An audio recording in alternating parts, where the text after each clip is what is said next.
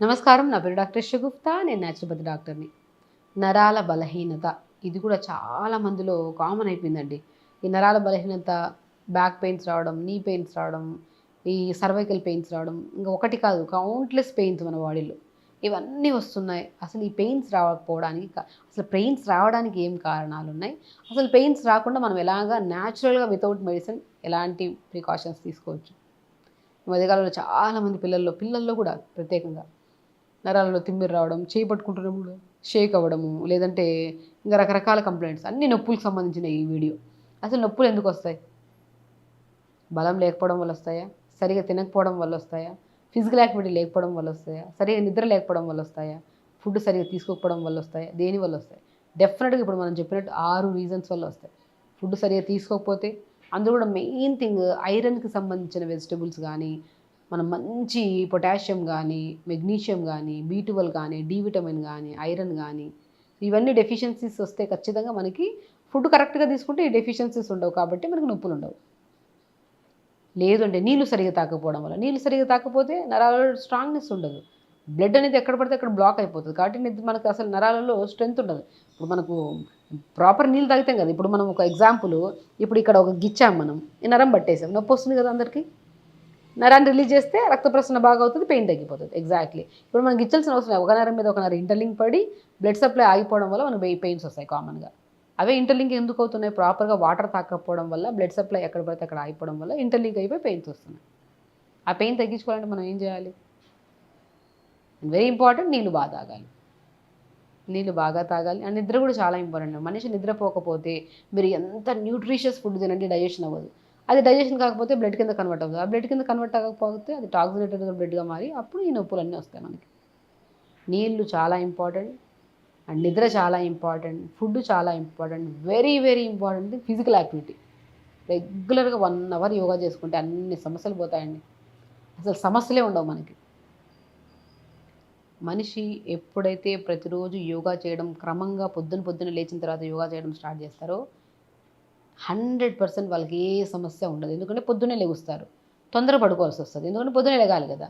తొందర పడుకుంటున్నామంటే డిన్నర్ తొందరగా చేస్తాం. మీరు లేట్‌గా డిన్నర్ చేసి నిద్రపోయారనుకోండి, నిద్ర డిస్టర్బెన్స్ వస్తది. మీరు 9 గంటలకు పడుకున్నా సరే పొద్దున్న లెగలేరు. ఎందుకంటే లేట్‌గా డిన్నర్ చేసిన వెంటనే బెడ్ ఎక్కారనుకోండి, అన్‌ఈజీ స్లీప్ అనమాట. డిస్కంఫర్ట్‌గా ఉంటది ఆ స్లీప్.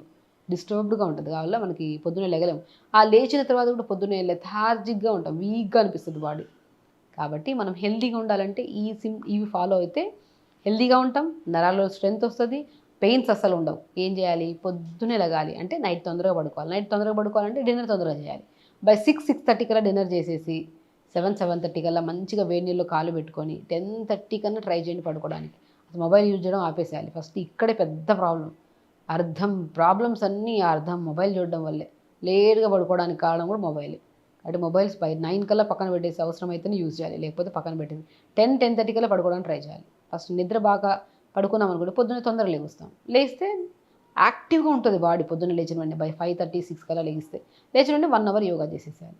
మీరు 4:30-5 మధ్యలో లెగిస్తే ఇంకా మీకు బ్రహ్మాండమైన హెల్త్ దానికి చెప్పాల్సినది. కానీ అవన్నీ కుదరవని చెప్పేసి 5:30-6 లోపల లేచిన వెంటనే 1 అవర్ యోగా చేయండి. ఆ 1 అవర్ యోగా మీ 23 అవర్స్ డేలో కాపాడుతది. మీ బాడీ ఎంత హెల్తీగా ఉండడానికి. అలాగే మార్నింగ్ లేచిన తర్వాత 1 అవర్ యోగా చేసుకోవడము. దాని తర్వాత మునక్కాయ ముక్కలుంటాయి కదా! 2, 3 మునక్కాయ ముక్కలు, 4 తులసాకులు, చిన్న అల్లం ముక్క, నీళ్ళలో ఏసి లైట్‌గా మరిగించుకొని పొద్దున ఈ వాటర్ తాగండి. యాంటీ ఇన్‌ఫ్లమేటరీ వాటర్ అనమాట. ఈ వాటర్ తాగడం వల్ల నరాలకి స్ట్రెంత్ వస్తది. బాడీలో ఎనర్జీ వస్తది. చాలా హెల్తీగా కూడా ఉంటాం. దాని తర్వాత ఇంగా మనము ఆల్మోస్ట్ ఆ వాటర్ తాగాక మంచిగా juice, carrot juice, beetroot, Apple juice కానీ, లేదంటే మంచిగా పైనాపిల్ జ్యూస్ కానీ, మనం లేదంటే మంచి ఆరెంజ్ జ్యూస్ కానీ, లేదంటే కొత్తిమీర పుదీనా జ్యూస్ కానీ, లేదంటే దానిమ్మకాయ జ్యూస్ కానీ, దానిమ్మకాయ జ్యూస్ కూడా బ్రహ్మాండంగా పనిచేస్తది నరాల బలహీనతకి. అలా జ్యూస్ తాగడం. దాని తర్వాత మంచిగా జావ లాంటివి తీసుకోవడం, లేదంటే పెసరట్టు పెట్టుకోవడం. ఏదో ఒక టిఫిన్, లైట్ టిఫిన్ ఉండాలి. హెవీ బ్రేక్‌ఫాస్ట్ చేస్తే ఇంకా వీక్‌నెస్ వచ్చేస్తది. నరాలలో స్ట్రెంత్ ఉండదు. దానివల్ల కూడా పెయిన్స్ వస్తాయి. సో, మార్నింగ్ లేచిన వెంటనే యోగా అయిపోయింది. మంచిగా డీటాక్స్ వాటర్ తాగేసాం. జ్యూస్ తాగేసాం. బ్రేక్‌ఫాస్ట్ బై 8:30 కల్లా తినేసాం. ఇప్పుడు బ్రేక్‌ఫాస్ట్ అంటే ఎన్ని గంటలకంటే 11 గంటలకు బ్రేక్‌ఫాస్ట్, 4 గంటలకు లంచ్, 12 గంటలకు డిన్నర్ అయిపోయింది. అందుకని జనరేషన్ ఇలా మారిపోవడానికి కారణం, అండ్ జనరేషన్ పక్కన పెట్టండి.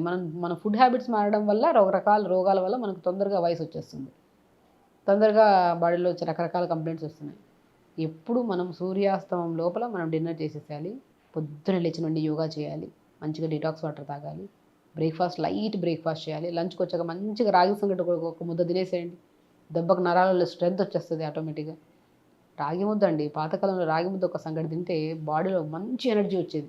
రాగి ముద్ద. కొంతమందికి రాగి ముద్ద కాకపోతే రాగి దోస గానీ, రాగి ఇడ్లీ గానీ, లేదంటే మనకి మంచిగా రెడ్ రైస్ దొరుకుతాయి. మధ్యాహ్నం పూట రెడ్ రైస్ తక్కువ రైస్ ఎక్కువ వాటర్ ఏసేసి మంచిగా ఉడకబెడితే మంచిగా సాఫ్ట్‌గా అవుతది రెడ్ రైస్. దాంతో పాటు కర్రీస్ తీసుకోండి. రెడ్ రైస్ కూడా నరాలకు చాలా మంచిది. డిన్నర్ ఎర్లీ డిన్నర్స్ చేయండి. చెప్పినట్టే మనం డే స్టార్ట్ చేయడానికి ముందే నైట్ డిన్నర్ గురించి మాట్లాడుకున్నాం చూసారా ఈ వీడియోలో? అలా ఎప్పుడైతే కరెక్ట్ టైంకి తిని, కరెక్ట్‌గా వాటర్ తాగి అండ్ ఐరన్‌కి సంబంధించిన పాలకూర గానీ, మెంతి కూర గానీ, బచ్చల కూర గానీ, మునగాకు గానీ వెరీ ఇంపార్టెంట్. ఇవన్నీ మనం రెగ్యులర్‌గా తోటకూర చాలా మంచి ఐరన్ ఉంటది. ఈ ఆకుకూరలు రెగ్యులర్‌గా తీసుకోవాలి. మనకి ఆల్మోస్ట్ విటమిన్స్ ఎక్కువగా ఉన్న క్యారెట్స్ తీసుకోవాలి, బీరకాయ తీసుకోవాలి, బెండకాయలు తీసుకోవాలి, సొరకాయలు తీసుకోవాలి. ఇవన్నీ తీసుకోవాలి. ఇంకా ఫ్రూట్స్ విషయానికొస్తే బ్రహ్మాండమైన ఐరన్ దాంతో పాటు మల్టీ విటమిన్ పర్పస్ దానిమ్మకాయ అద్భుతం అండి దానిమ్మకాయ. జామకాయలు అద్భుతం. ఇవన్నీ మనం రెగ్యులర్‌గా ఫుడ్‌లో ఈరోజు తీసుకొని వారం తర్వాత మళ్ళీ తీసుకుంటే హెల్తీగా ఉండం. ప్రతిరోజు హెల్తీగా ఉండాలంటే ఫ్రూట్స్, వెజిటబుల్స్ బాగా తినాలి. నరాలకి చాలా స్ట్రెంత్ వస్తది. దానిమ్మకాయ తీసుకోవాలి. ఆటోమేటిక్‌గా మీకు ఏ డెఫిషియన్సీ ఉండదు. పొద్దున్నే యోగా చేస్తున్నారు కాబట్టి ఆల్మోస్ట్ 80% డెఫిషియన్సీస్ అక్కడే పోతాయి మనకి. టైంకి ఆకలేస్తది, టైంకి తింటాం, హెల్తీగా ఉంటాం. సో ఖచ్చితంగా చేయండి. హెల్తీగా ఉండండి, హ్యాపీగా ఉండండి. నమస్కారం.